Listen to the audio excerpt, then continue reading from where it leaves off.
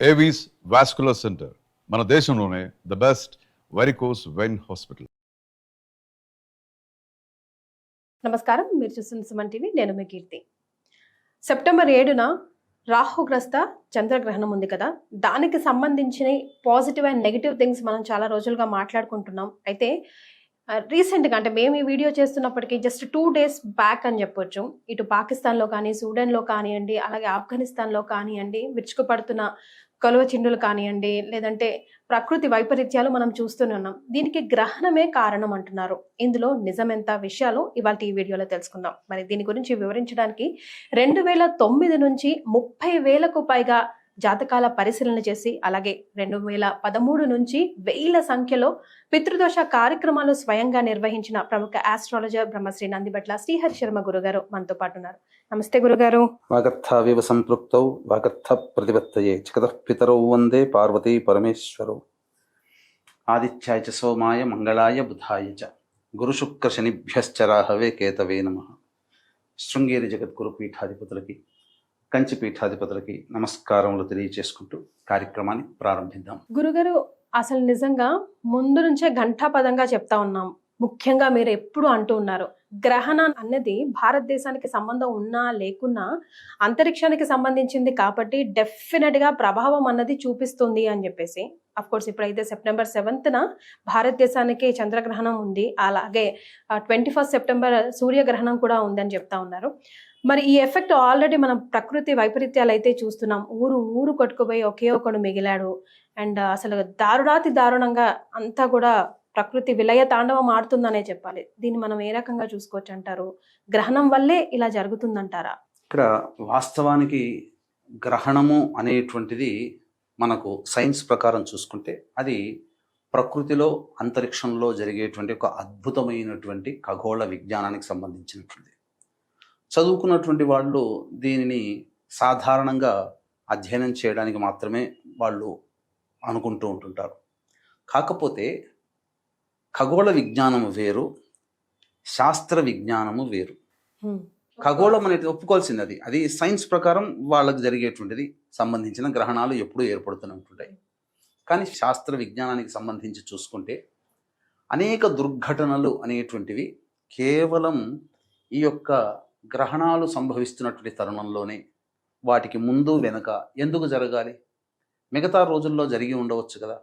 కానీ ఎక్కువ శాతం ప్రమాదాలు, 100కి 80% ప్రమాదంలో జరిగిన అంటే మాత్రం ఈ గ్రహణానికి ముందునో వెనుకనో ఉంటాయి. అది కూడా తీవ్రమైనటువంటి స్థితిలో కలిగినప్పుడు. అంటే ఒక్కొక్క రాశిలో ఏర్పడేటువంటి గ్రహణ ప్రభావం ఒక్కొక్క తత్వాన్ని సూచిస్తుంది.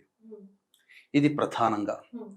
కాబట్టి ఇప్పుడు మనం చూసుకున్నట్లయితే, రీసెంట్గా మనం చూసుకున్నట్లయితే ఆఫ్ఘనిస్తాన్లో 1వ తారీఖు రాత్రి 1:26 మధ్యకాలంలో భూకంపం ఏర్పడింది. సాధారణంగా 6.1 రిక్టర్ స్కేల్. కానీ చనిపోయినటువంటిది అఫీషియల్గా 1500 పైమాటే, అన్అఫీషియల్గా మనం చెప్పలేము. క్షతగాత్రులు వేల సంఖ్యలోనే ఉన్నారు. వాళ్ళు మళ్ళీ తర్వాత ఎన్ని మరణాలు అవుతాయో తెలియదు. మళ్ళీ అదే గంటల వ్యవధిలోనే, అనగా ఈ 30వ తారీఖు ఆగస్టు ఆ సందర్భంలో చూసుకుంటే సూడాన్లో కొండ చర్యలు, అంటే వరద ధాటికి కొండ చర్యలు విరిగిపడి దానికి ఆనుకున్నటువంటి గ్రామం ఉంటే ఆ గ్రామమే తుడిచిపెట్టుకుపోయింది. కేవలం ఒకే ఒక్కడు మిగిలాడు. మనకు మొన్న విమాన ప్రమాదంలో జరిగితే ఒక్కడు మిగిలాడు, బతికాడు అన్నట్టు, అలా ఒక్కడే బతికాడట. తర్వాత చూసుకున్నట్లయితే ఇప్పటికీ కూడా పాకిస్తాన్ అనేటువంటి ప్రదేశంలో దాదాపు మొన్న వచ్చిన వరదలకి 800 మంది చనిపోయారని చెప్పి రిపోర్ట్స్. అది మన మోదీ గారు దయతో వాళ్ళకి ఇంటిమేట్ చేయడం వల్ల పెను ప్రమాదం తప్పింది. మన వాళ్ళు కనుక వరదలు వస్తున్నాయి, గేట్లు ఎత్తేస్తున్నాం అని చెప్పకపోతే పాకిస్తాన్లో చాలా మంది ఇంకా ఘోర విపత్తులకి సమాధి అయ్యేవాళ్ళు. ఆల్మోస్ట్ ఆ ఊర్లు కొట్టుకుపోయే ప్రమాదం కూడా ఉండేది, అన్ని వార్తల్లో చూసాం. కానీ ఇవన్నీ కూడా ఈ 7వ తారీఖు గ్రహణము కేవలం ఒక్క గ్రహణం మీదే ఆధారపడి కాదమ్మా. 21వ తారీఖు రోజున ఏర్పడుతున్నటువంటి చూడామణి సూర్యగ్రహణం కూడా ప్రభావం. ఎందుకంటే శాస్త్రంలో ఏం చెప్పబడింది, ఒకే నెలలో 2 గ్రహణాలు గనక ఏర్పడితే, నెలలు అంటే ఇంగ్లీష్ నెలలు కాదు, మన తెలుగు మాసములు, భాద్రపద మాసంలో పౌర్ణమికి అలాగే అమావాస్యకి 2 గ్రహణాలు. ఈ పౌర్ణమి వచ్చేటువంటి గ్రహణం మన భారతదేశంలో కనిపిస్తుంది, అనేక దేశాలలో కూడా కనిపిస్తుంది. 21వ తారీఖు రోజున వస్తున్నటువంటి సూర్యగ్రహణం న్యూజిలాండ్, ఆస్ట్రేలియా, ఫిజీ వంటి దేశాలు అలాగే అంటార్కిటికా ఖండంలో కూడా ఈ యొక్క ప్రభావం అనేటువంటిది కనిపిస్తుంది.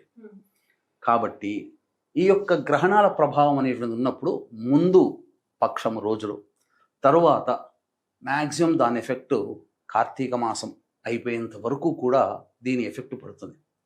కుంభరాశిలో కూడా, అది కూడా వాయుతత్వ రాశిలో ఏర్పడుతున్నటువంటి గ్రహణము. ఈ గ్రహణం కూడా మీరు గమనించుకుంటే శని వక్రీకరించి కుంభరాశి వైపు పయనమవుతున్న సందర్భం రాహుగ్రస్త చంద్రగ్రహణం ఇది ఏర్పడుతున్నటువంటిది. కాబట్టి ఈ శని మీద, వక్రీకరించినటువంటి శని మీద పాపగ్రహమైనటువంటి కుజ ప్రభావం కూడా ఉండడం, కాబట్టే కుజుడు భూమికారకుడు, కాబట్టే భూ సంబంధమైనటువంటి విపత్తులు జరిగాయి. కానీ దీని ప్రభావం మనము ఆ ఫాల్గుణ మాసంలో ఏర్పడినటువంటి గ్రహణాల ప్రభావం ఏదైతే ఉందో అది లేక మన దేశంలో కనిపించకపోయినా మన దేశంలో ప్రమాదాలు జరిగాయి. కాబట్టి తప్పకుండా దీని ప్రభావం ప్రపంచవ్యాప్తంగా ఉంటుంది అని మనం చెప్పుకోవచ్చు. మరి ఏ రాశుల వారికి ఎలాంటి ఎఫెక్ట్ ఉండబోతుంది ఈ గ్రహణంది ఒకసారి విశ్లేషిస్తారా గురుగారు? ఇప్పుడు ఏర్పడుతున్నటువంటి సంపూర్ణ చంద్రగ్రహణం ఏదైతే ఉంటుందో అది 9:57 ప్రారంభమై 1:27 వరకు జరుగుతున్నటువంటిది. దాదాపు 3:10 పాటు సుదీర్ఘంగా జరిగేటువంటి సంపూర్ణ చంద్రగ్రహణం ఇది. కాబట్టి దీని ప్రభావము అనేటువంటిది అంటే కుంభరాశిలో ఏర్పడుతుంది. కాబట్టి కుంభరాశిని బేస్ చేసుకొని ఇప్పుడు మనకు ఏ రాశిలో వారికి బాగుండదో మనం తెలియచేద్దాం. కర్కాటక రాశికి అష్టమ రాశి కుంభరాశి, వృశ్చిక రాశికి అర్ధాష్టమ రాశి కుంభరాశి, అలాగే కుంభరాశిలోనే ఏర్పడుతుంది కాబట్టి కుంభరాశి వారికి, మీనరాశి వారికి 12వ స్థానంలో ఏర్పడుతుంది కాబట్టి మీనరాశి వారికి, వెరసి కర్కాటక, వృశ్చిక, కుంభ, మీన రాశుల్లో జన్మించినటువంటి వారికి ఈ సంబంధించినటువంటి గ్రహణ దోష ప్రభావం సంపూర్ణంగా ఉంటుంది. ఏ నక్షత్రంలో ఏర్పడుతుంది? కొన్ని పంచాంగాల ప్రకారం శతభిష నక్షత్రం 4వ పాదం, పూర్వభాద్ర నక్షత్రం 1వ పాదంలో ఈ గ్రహణం ఏర్పడుతుంది. దృగ్గణిత ప్రకారము కేవలం పూర్వభాద్ర నక్షత్రంలో ఏర్పడుతుంది. కాబట్టి ఈ శతభిష, పూర్వభాద్ర, అలాగే పూర్వభాద్ర తర్వాత వచ్చే ఉత్తరాభాద్ర, శతభిషకి ముందు వచ్చేటువంటి ధనిష్ట నక్షత్రం, అలాగే ఈ శతభిష మరియు ఈ సంబంధించినటువంటి పూర్వభాద్ర నక్షత్రానికి అనుజన్మ తారలు కూడా ఉన్నాయి. అంటే ఈ అనుజన్మ తారలు ఉండే రాశులు కూడా ఈ సంబంధించినటువంటి కర్కాటక, వృశ్చిక, కుంభ, మీన రాశిలో కూడా ఉంటాయి.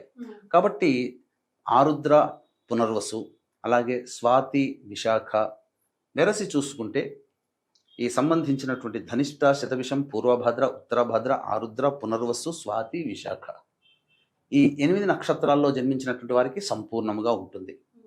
వీటితో పాటుగా మధ్యమమైనటువంటి రాశులు కొన్ని ఉన్నాయి. అంటే మిథున రాశి వారికి 9వ స్థానంలో, సింహరాశి వారికి 7వ స్థానంలో, తులారాశి వారికి 5వ స్థానంలో, అలాగే మకర రాశి వారికి 2వ స్థానంలో ఏర్పడుతున్నటువంటి ఈ గ్రహణ ప్రభావం చేత మిథున, సింహ, తుల మరియు మకర రాశిలో జన్మించినటువంటి వారికి మధ్యమమైనటువంటి ఫలితాలు ఉంటాయి. ఉత్తమమైనటువంటి ఫలితములు మాత్రం మేషరాశి వారికి, వృషభ రాశి వారికి, కన్యా రాశి వారికి, ధనుస్సు రాశి వారికి ఏర్పడబోతుంది.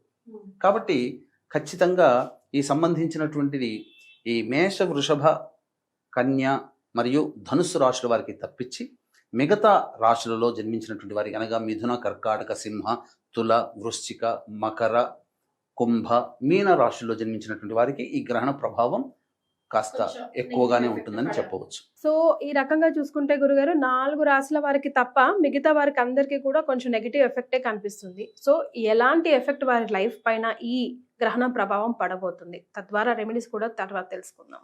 తప్పకుండా అమ్మా. ఎందుకనంటే ఇది చాలా మందికి మనం ఇంతకుముందు చెప్పుకున్నట్టుగా సైన్స్కి సంబంధించినటువంటిది అనగా ఈ యొక్క శాస్త్ర పరిజ్ఞానము సాధారణంగా సంపూర్ణముగా లేని కారణం చేత మన హిందూ సనాతన ధర్మంలో పాటించేటువంటి వ్యవహారాల్లో చాలామంది మనల్నే క్వశ్చన్ చేసేటువంటి స్థితి ఉన్నది. మిగతా మతాలలో మనం చూసుకుంటే ఏదైనా చెబితే దాన్ని తూచా తప్పకుండా పాటిస్తారు. అందుకనే వాళ్ళకి డీవియేషన్స్ ఉండవు. ఇక మనం గమనించుకున్నట్లయితే ఈ ప్రధానంగా ఏ రకమైనటువంటి ఇబ్బందికర పరిస్థితులు వస్తాయి. ఎందుకంటే సహజం, ఎందుకంటే మనం ప్రకృతిలో జరుగుతున్నటువంటిది. మనం బియాండ్ ద నేచర్ మనం ఏం జీవించట్లేదు, లేదా ప్రకృతి కంటే మనం గొప్పోళ్ళం కాదు. అవునండి. దేవతలకే తప్పలేదు తిప్పలు, సామాన్యం అర్భకులం మనమెంత, మనం ఏమన్నా దేవుళ్ళమా ఏదొచ్చినా కానీ తట్టుకోగడానికి? కాబట్టి దేవుడని చెప్పుకునేవాడే మరణాన్ని తట్టుకోలేకపోయాడు, మరి మనం ఎంత? కాబట్టి ఇక్కడ సాధారణంగా ప్రకృతిలో మనం జీవిస్తున్నప్పుడు ప్రతిదీ కూడా ప్రకృతితో మమేకమైనప్పుడు మనం కొన్ని నియమాలు ధర్మాలు పాటించక తప్పదు. అయితే ఇక్కడ గమనించాల్సింది ఏంటంటే ఈ యొక్క సంబంధించినటువంటి మిథున, కర్కాటక, సింహ, తుల, వృశ్చిక, కుంభ, మకర, మీన రాశిలో జన్మించినటువంటి వారికి ఈ సంబంధించినటువంటి 8వ తారీఖు రోజున మన పీఠమాధ్వర్యంలో ఈ సంబంధించినటువంటి గ్రహణ దోష నివారణ పూజలు, హోమాలు, అంటే చంద్రుడికి, రాహుకి, శనికి జపము, అలాగే దుర్గా సూక్త పారాయణము, శ్రీ సూక్త పారాయణము, అలాగే సంబంధించినటువంటి రుద్ర పారాయణం కూడా జరిపించడం జరుగుతుంది. హోమాలు కూడా జరుగుతాయి. ఈ కార్యక్రమంలో పాల్గొన్నటువంటి వాళ్ళకి శక్తిపాతం చేసినటువంటి కరుంగలి మాల కూడా ఇవ్వడం జరుగుతుంది. అవకాశం ఉన్న వాళ్ళు కార్యక్రమం తదనంతరం కాంటాక్ట్ చేసి వివరాలు తెలుసుకోవచ్చు. ఇక మేషరాశికి లాభం అని చెప్పాం. లాభస్థానంలోనే గ్రహణం ఏర్పడుతున్నటువంటి పాపగ్రహ ప్రభావం వలన ఈ తదనంతరం వాళ్ళు చేసేటువంటి ప్రతి పనిలో ఏదైతే ఉంటుందో ఆశించినటువంటి విధంగా ముందుకు సాగడం కానీ, అలాగే అన్ని విధాలుగా ప్రోత్సాహకం అనేటువంటిది ఉంటుంది. ఇక వృషభ రాశిలో జన్మించినటువంటి వారికి దశమ స్థానంలో కాబట్టి వృత్తి ఉద్యోగ వ్యవహారాల్లో వాళ్ళకి పై చేయి సాధిస్తారు. ఉద్యోగము, కొత్త ఉద్యోగం మారడం కానీ లభిస్తుంది. కీర్తి ప్రతిష్టలు పెరుగుతాయి. మిథున రాశి వారికి అదృష్ట స్థానంలో ఏర్పడుతున్నటువంటి కారణం చేత సాధారణంగా అనుకున్నటువంటిది అన్ని దగ్గర దాకా వచ్చి వెనక్కి వెళ్ళిపోవడం కానీ, అలాగే విదేశీయానము, విదేశీ విద్యకు సంబంధించినటువంటి ఇబ్బందులు కానీ, తండ్రి గారి ఆరోగ్యం పట్ల కానీ శ్రద్ధ వహించాలి. కర్కాటక రాశి వారికి అష్టమ స్థానంలోనే ఏర్పడుతున్నటువంటి కారణం చేత ధన నష్టం ప్రధానంగా సూచించబడుతుంది. ఆరోగ్య భంగము కూడా సూచించబడుతుంది. అలాగే ప్రతి పనులలో ఆటంకాలు అనేటువంటివి ఉంటాయి. సింహరాశి వారికి దాంపత్య స్థానంలో కాబట్టి భాగస్వాముల మధ్య, అంటే వ్యాపార భాగస్వాములు లేదా జీవిత భాగస్వాముల మధ్య పొరపచ్చాలు రావడం, అలాగే ఎవరితో కలిసి పనిచేస్తుంటాం వాళ్ళతో కొన్ని ఇబ్బందికర పరిస్థితులు ఉంటాయి. కన్యా రాశి వారికి షష్టమ స్థానంలో కాబట్టి శత్రుంజయం అనేటువంటిది కలుగుతుంది. అలాగే ఏదైనా అనారోగ్యంతో కనుక బాధపడుతున్నటువంటి వాళ్ళకైతే సత్వరమే వాళ్ళ ఆ అనారోగ్యం నుంచి బయటపడే అవకాశము, రుణ విముక్తులయ్యేటువంటి అవకాశము కలుగుతుంది. ఇక తులారాశి వారికి చూసుకున్నట్లయితే పంచమ స్థానం కాబట్టి ఈ యొక్క గ్రహణ తదనంతరం నవంబర్ వరకు కూడా ప్రతిదీ కూడాను పోస్ట్ పోన్ చేస్తూ ఉండడము, ఎక్కువగా ఆలోచనలకే సమయం కేటాయిస్తూ ఉండడము, సంతానం మూలకంగా కష్టాలు, సమస్యలు పెరుగుతాయి. ఇక వృశ్చిక రాశి వారికి అర్ధాష్టమ స్థానంలో ఏర్పడుతున్నటువంటి గ్రహణ ప్రభావం వలన ముఖ్యంగా తల్లిగారి ఆరోగ్యం పట్ల శ్రద్ధ వహించాలి. అలాగే చేసేటువంటి ప్రతి పనులలో కూడా ముఖ్యంగా ఆటంకాలు, అలాగే సంతృప్తి లేనటువంటిది, వాహన ప్రమాదాలు జరగడము, గృహోపకరణాలకి, వాహన మరమ్మతులకి ఎక్కువగా ఖర్చులు పెట్టడము, ఫిక్స్డ్ అసెట్స్ అనేటువంటివి తీసి లిక్విడేట్ చేయడం అనేటువంటివి జరుగుతాయి. ధనుస్సు రాశి వారికి తృతీయ స్థానంలో ఏర్పడుతున్నటువంటి కారణం చేత ప్రధానంగా భవిష్యత్తులో సోదర సోదరిమణుల యొక్క సహాయ సహకారాలు, ఇతరుల యొక్క సహాయ సహకారాలతో అనుకున్నటువంటి పనులన్నీ పూర్తి చేసుకుంటారు. ధనపరమైనటువంటి సమస్యలన్నీ కూడాను తీరుతాయి. రుణ బాధలు, రాణి బాకీలు వసూలవుతాయని చెప్పవచ్చు. ఇక మకర రాశిలో జన్మించినటువంటి వారికి కనుక చూసుకున్నట్లయితే ప్రధానంగా కుటుంబంలో కలహాలు, మానసికమైనటువంటి సంతోషంగా ఉండకపోవడము, అలాగే ధన నష్టము అనేటువంటిది ఎక్కువగా కలుగుతుంది. ఇక కుంభరాశికి రాశిలోనే గ్రహణ ప్రభావం ఉన్నటువంటి కారణం చేత ఈ యొక్క కార్తీక మాసం వరకు కూడా ప్రతిదీ గ్రహణం పట్టినట్టుగా ముందుకి వెనక్కి జరగకుండా స్తబ్దుగా ఉండిపోతుంది, వితిహెళ్ళలో ఉన్నట్టుగా ఉంటుంది. ఇక మీన రాశి వారికి ప్రధానంగా చూసుకున్నట్లయితే ప్రతి పనులలో ఆటంకాలు ఉంటాయి. అలాగే ఈ యొక్క వ్యవహారం అనగా గమనించుకుంటే ప్రయాణాలు, అనవసరమైనటువంటి ప్రయాణాలు చేసి రావడము, ఖర్చులు బాగా పెరగడము, ప్రశాంతత లేని జీవితాన్ని గడపడం అనేటువంటిది సాధారణంగా ఉంటుందని చెప్పవచ్చు. ఓవరాల్గా చూసుకున్నట్లయితే ఈ మిథున, కర్కాటక, సింహ, తుల, వృశ్చిక, మకర, కుంభ, మీన రాశిలో జన్మించినటువంటి వారు ముఖ్యంగా మానసికమైనటువంటి ప్రశాంతత, కింది స్థాయి వాళ్లతో ఇబ్బందులు, ధనపరమైనటువంటి నష్టములు, ఆరోగ్యపరంగా ఇబ్బందులు అనేటివి సాధారణ స్థాయి కంటే కొద్దిగా ఎక్కువగా ఎదుర్కొంటారని చెప్పవచ్చు. గురుగారు, మరి కొండంతలోది గోరంతలో పోయింది అన్నట్టుగా ఎలాంటి రెమెడీస్ చేసుకుంటే మేమంతా సునాయాసంగా బయటపడవచ్చు ఈ గ్రహణం ఎఫెక్ట్ నుంచి అంటారు? ముఖ్యంగా ఈ గ్రహణం ఎఫెక్ట్ అనేటువంటిది ఉన్నప్పుడు సాధారణంగా మనం చూసుకున్నట్లయితే ఈ ప్రకృతి యొక్క విపత్తులు అనేటువంటివి మునుముందు కూడా కొనసాగింపబడతాయేమో, అందులో సందేహం లేదు. ప్రధానంగా కొన్ని దేశాల మధ్య వైర ప్రభావం రావడము, ముఖ్యంగా ప్రకృతి పరంగా వాయు ప్రమాదాలు అనగా మళ్ళీ ఏదైనా వైరస్ లాంటిది మళ్ళీ రావడం కానీ, ఆల్రెడీ ఇప్పుడు మెక్సికోలో ఒక కొత్త వైరస్ ఏదో వస్తుందని, అది ఆటోమేటిక్గా బాడీలో ఇంజెక్ట్ అయిపోయి తెలియకుండానే బాడీని తినేస్తుందని, ఈవెన్ అది మెల్లగా యానిమల్స్ కి కూడా సోకుతుందని ఆల్రెడీ వింటూ ఉన్నాం. ఎప్పుడు తెలిసిందమ్మా అది? ఆల్రెడీ రీల్స్ లో మనం చూస్తా ఉన్నాం గురుగారు. మరి అది అంటే ఎంతవరకు recent Gaana? Fresh news? Recent they. చిన్నగా బొద్దింకలాగా ఉంది అది. Okay, already spectacles. మెక్సికోలో స్ప్రెడ్ అవుతుంది అని వింటూ ఉన్నాం. అది కరోనా కన్నా డేంజరస్, బికాస్ మనకు తెలియదు అది బాడీలో ఎట్లా ఇంజెక్ట్ అవుతుంది అని చెప్పేసి అని ఓ, అంటూ ఉన్నారు ఆల్రెడీ. జాగ్రత్త పడాలమ్మా. ఎందుకనంటే వాయు ప్రమాదాలు ఇలాగే ఈ సంబంధించినటువంటి ప్రకృతి విపత్తులకి ఎదుర్కోక తప్పదు. ఇది 2027 వరకు ఉంటుందమ్మా. తర్వాత విచిత్రంగా 2027 నుంచి 2040 వరకు కూడా దారుణాతి దారుణాలు మనం చూడాల్సి వస్తుంది. వామ్మో. తప్పదమ్మా. ఎందుకనంటే 2027లో ఏర్పడేటువంటి సూర్యగ్రహణం మళ్ళీ 114 సంవత్సరాల తరువాత మాత్రమే అట్లాంటి గ్రహణం ఏర్పడుతుంది.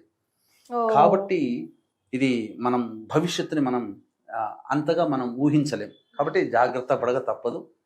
ఇది మాత్రం చెప్పవచ్చమ్మా. జాగ్రత్త అంటే ఎలాంటి జాగ్రత్తలు తీసుకోవాలి? దైవానుగ్రహాన్ని పొందే ప్రయత్నం చేసుకోవాలమ్మా. ముఖ్యంగా గమనించుకున్నట్లయితే ఇప్పుడు ఈ సంబంధించినటువంటి చూసుకుంటే గ్రహణం ఏర్పడుతున్నటువంటి సందర్భంలో అందరూ కూడా వీలైతే రావి చెట్టు దగ్గర కానీ, లేదా దేవాలయం మూసేసి ఉంటుంది కానీ దేవాలయ ప్రాంగణంలో కానీ, లేదా ఇంట్లోనైనా కానీ పట్టు స్నానం అనేటువంటిది చేయాలి. 9:57 కదమ్మా. 9:50 బాత్రూమ్కి వెళ్ళి స్నానం ఆచరించి తడి బట్టలతోనే వచ్చి చక్కగా మళ్ళీ పొడిగట్టలు కట్టుకొని దేవతా స్థానంలో దీపారాధన చేసుకొని చక్కగా గురుదేవులు ఇచ్చినటువంటి మంత్రము కానీ, కులదేవతా మంత్రము కానీ, లేదా విష్ణు సహస్రనామము, లలితా సహస్రనామము, శివ సహస్రనామము, గణపతి సహస్రనామము, ఏ దేవుడు ఇష్టమైతే ఆ దేవత యొక్క నామాలు అనేటువంటి చేయాలి. ఎందుకనంటే ఈ యొక్క సమయంలో రాక్షసుల యొక్క శక్తి అధికంగా ఉంటుంది, దేవతల శక్తి తక్కువగా ఉంటుంది. ఈ సందర్భంగా మీకు గమనించుకున్నట్లయితే దేవతల శక్తి ఎప్పుడైతే సన్నగిల్లుతుంటుందో ఆ దేవతకి నువ్వు మళ్ళీ శక్తిని ప్రసాదిస్తున్నావు జపం చేసి, తద్వారా నిన్ను ఆ దేవత గుర్తుపెట్టుకుంటుంది, అవసరమైన సందర్భంలో నిన్ను రక్షిస్తుంది. అది గుర్తుపెట్టుకోవాలి. అందుకనే గ్రహణం రాజు సంబంధించి చేసేటువంటిది. దేవతల శక్తి తగ్గుతుంది కాబట్టి ఆ దేవతకి మాలిన్య దోషం ఏర్పడుతుంది కాబట్టి జపాలు చేసుకుంటారు. ఇవన్నీ కూడా సామాన్య ప్రజానికానికి తెలియవు కదా, కాబట్టి ఎట్లా పడితే అట్లా కామెంట్లు చేస్తుంటారు. అటువంటిది చేయాలమ్మా. మళ్ళీ విడుపు స్నానం 1:27 కాబట్టి 1:25 విడుపు స్నానం ఆచరించి తదనంతరం మళ్ళీ నిద్రపోవచ్చు, లేదా ఆ జపాన్ని కంటిన్యూ చేసుకోవచ్చు. తర్వాత తెల్లవారిన తర్వాత ఏం చేయాలి?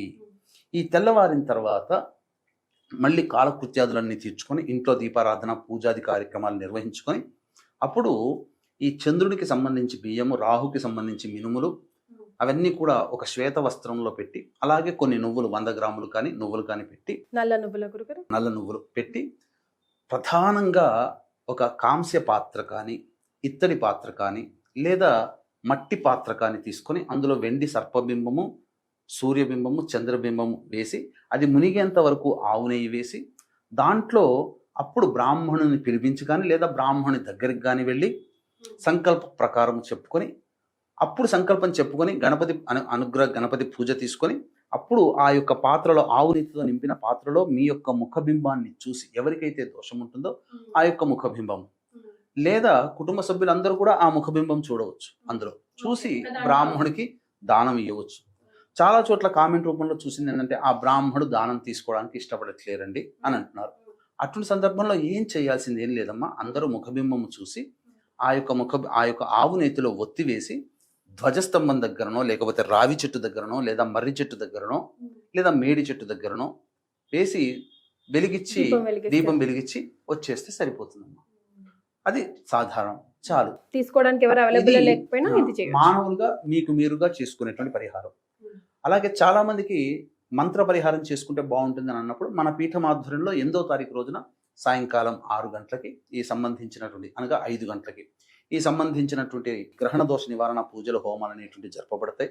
అనగా శ్రీ సూక్తము, దుర్గా సూక్తము, నమక పారాయణము, అలాగే చంద్రుడికి, రాహుకి, శనికి జపాలు, తదనంతరం ఈ సంబంధించినటువంటిది హోమాది కార్యక్రమాలు జరపబడతాయి.